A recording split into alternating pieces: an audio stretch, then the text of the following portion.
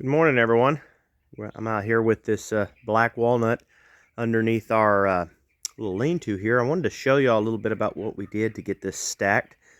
We've got quite a bit more black walnut. Well, I'm not going to say quite a bit more. We've got more black walnut to cut up before we're all the way done. But I wanted to get this stack put together. You are seeing all of our junk in here we've got.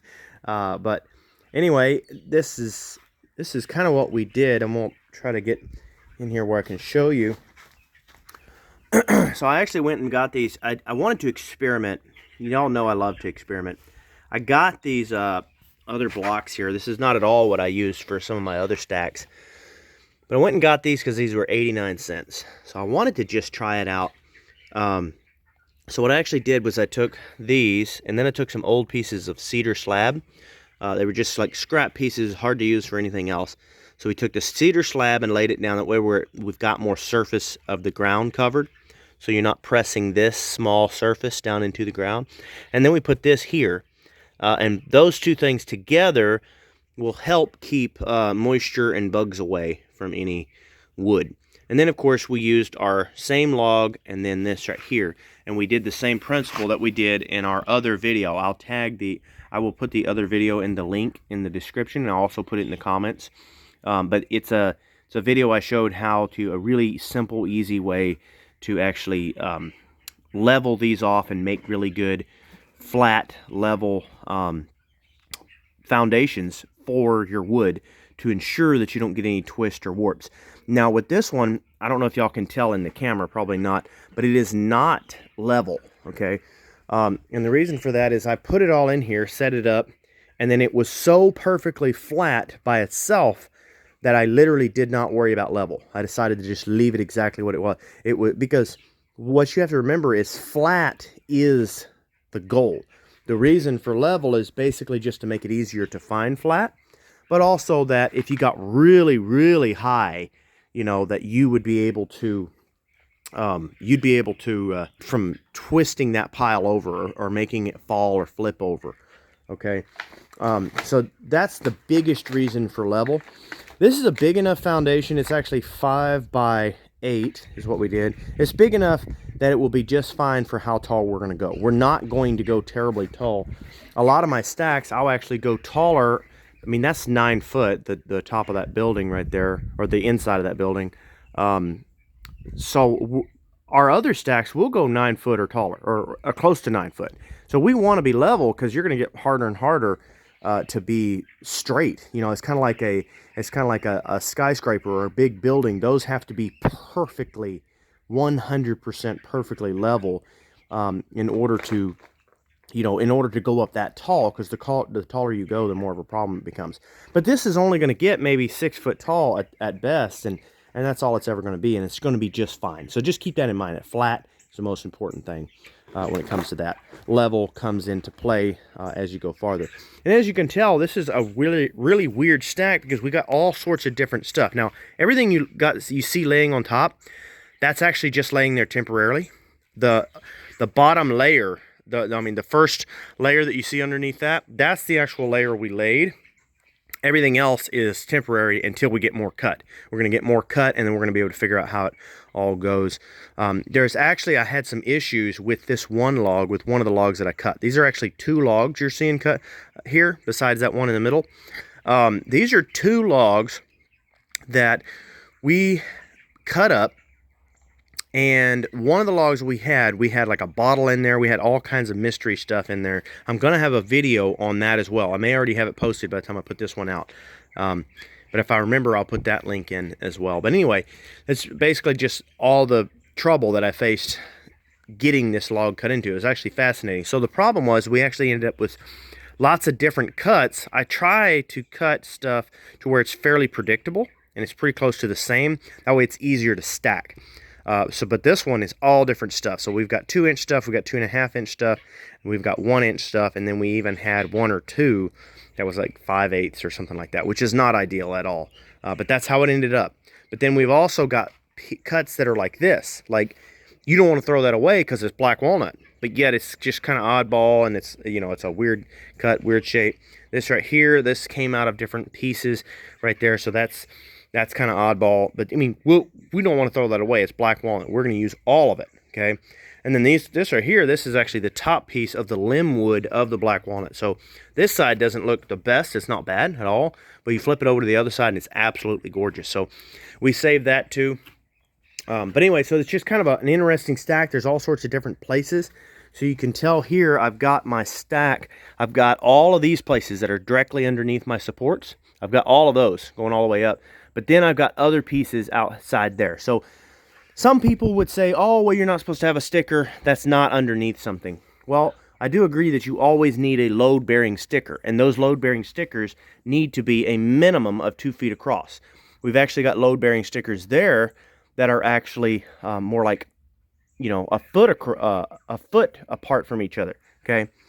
These other stickers, I'm not even classifying as stickers. These are just more or less spacers just to help keep all of these oddball shapes from getting any types of warps like this right in here. It's not my load-bearing sticker that keeps my board flat.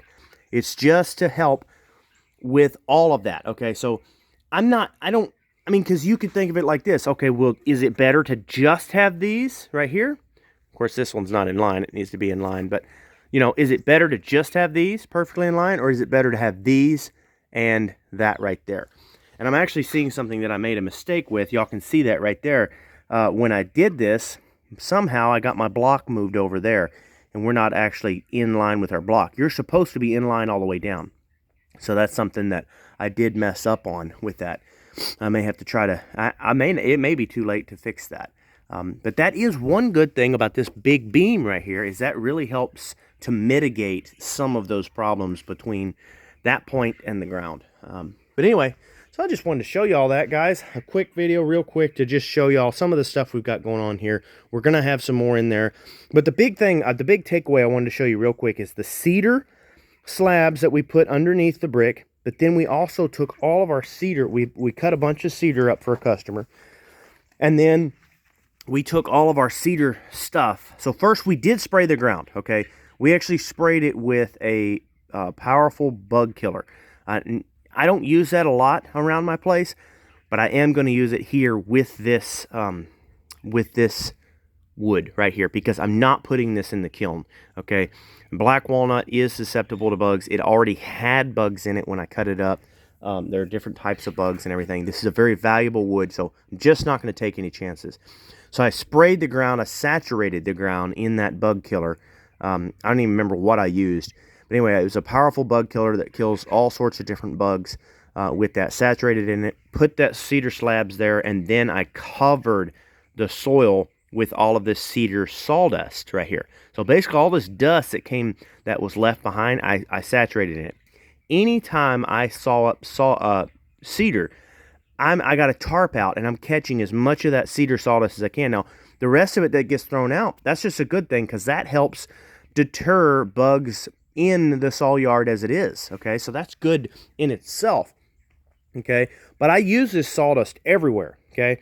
I take this sawdust and I will sprinkle it around the area where my mushrooms are, because I don't want to put bug killer around my mushroom logs. Now, I could, but I don't want to do that. There's several reasons why I don't want to do that.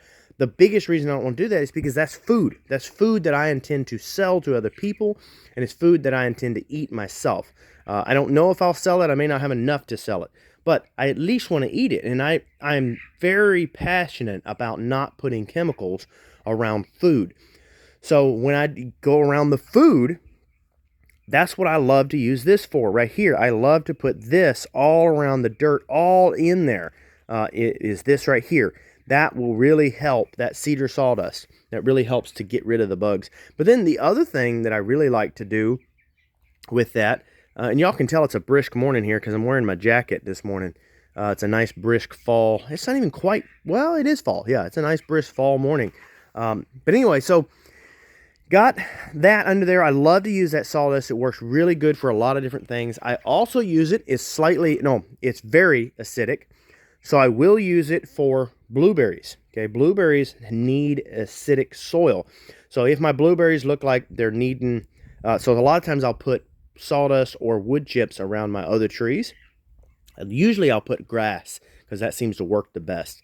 Okay. But if my blueberries are needing something, then I'll put this around there because it will catch the moisture and do all the same stuff, but it's more acidic.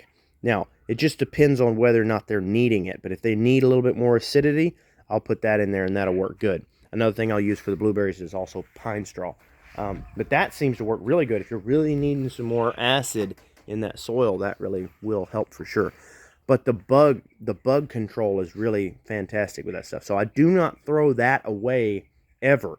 I'll put that stuff everywhere. I mean, if I've got any extra, I mean, if I had, okay, so I don't have a stationary chicken coop. We actually move all of our chickens right now. But if we ever had a stationary chicken coop or a duck coop or something like that, that'd be one thing we would do is we would be putting the cedar all in there. Because that cedar helps with a lot of things. It helps with actually little mites. It helps with all sorts of different stuff to help get rid of that kind of stuff. So anyway, just a little tip: don't throw that stuff away. Use that stuff everywhere. I mean, worst case, sprinkle it around your log yard, your storage yard. Sprinkle that stuff all around. Even if you're spraying it for bugs, which I'm not saying, I don't think there's anything wrong with spraying the ground around your wood yard. I just don't like to use the spray around my food. So I want to make that clear. I'm fine with using the spray around my log yard. I haven't needed to yet, okay?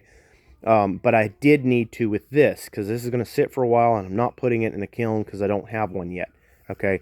But I just don't like to put the sprays around my food. So I do want to make that clear. It's not that I'm against that when it comes to your log yard. I mean, you got to do what you got to do to save that, and you're not hurting anything or anybody, you know? So anyway, just wanted to throw that out there, but this cedar sawdust is great, and I do think this is going to work out good. Another thing I did do, y'all can tell, I put it under cover, okay? I actually put this whole, I'm going to back up just a little bit. I put it underneath my my lean-to here. I've got videos out showing about this lean-to and all like that. So I put it underneath here so that it's covered, and it's not getting rained on. I mean, I always put tin or tarps over all of my stuff, but I mean, this is black walnut. Okay, I know I've said it several times, but I want to take a little bit better care of this. But I do plan on selling some of these slabs, not to put out a big plug, but I just wanted to say that I do plan on selling a few of these slabs. I want to keep some of them for our house, and I'll probably try to. My wife likes to do woodwork, so I'll probably let her do some projects, and we may sell that too. But I would be interested in selling a few slabs. If anybody's interested, just let me know and. Put it down in the comments. Tell me you're interested, and then we'll give you some contact info. So anyway, guys, don't forget to like and subscribe.